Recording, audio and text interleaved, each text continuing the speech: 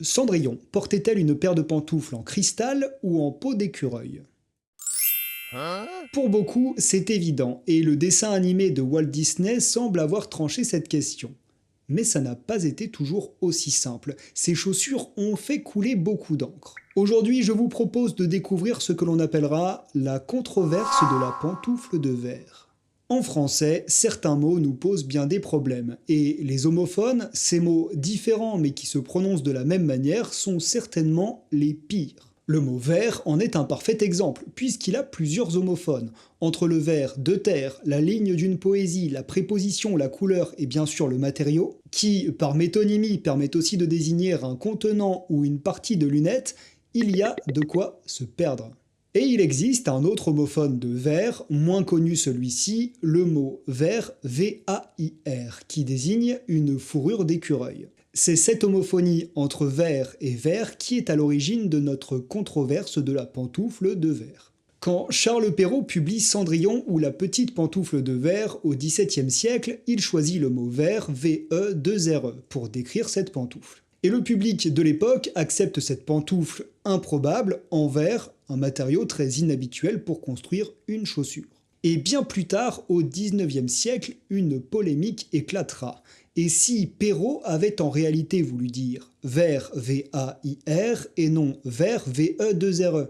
Après tout, une pantoufle en fourrure semble bien plus plausible qu'une pantoufle en cristal, non? Cette hypothèse deviendra populaire. Des écrivains influents comme Honoré de Balzac la soutiennent. D'ailleurs, dans son roman sur Catherine de Médicis, il affirme que c'est parce que le mot verre est passé de mode que certains ont transformé la pantoufle de Cendrillon en verre. Ce mot, depuis 100 ans, est si bien tombé en désuétude que dans un nombre infini d'éditions des contes de Perrault, la célèbre pantoufle de Cendrillon, sans doute de menu vert, est présentée comme étant de verre. Pierre Larousse, célèbre pour son dictionnaire, avance même que c'est peut-être une simple erreur d'imprimeur.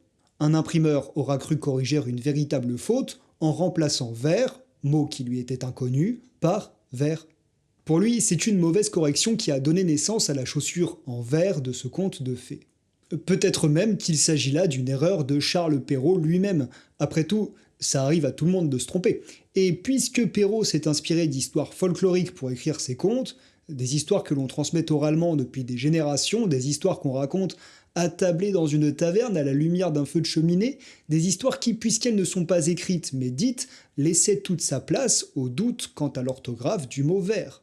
Et pour appuyer cette théorie, il faut savoir qu'au Moyen-Âge, le verre était une fourrure de luxe réservée aux élites, aux rois et aux seigneurs.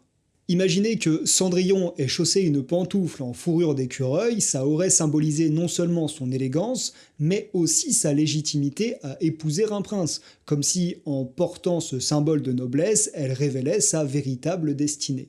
Mais le verre VE2RE, lui aussi, à l'époque, était considéré comme un matériau précieux. Bref, que la pantoufle soit de verre ou de verre, elle représentait dans les deux cas le haut rang social de Cendrillon. Que pouvons-nous en conclure? La pantoufle était-elle de cristal ou de fourrure?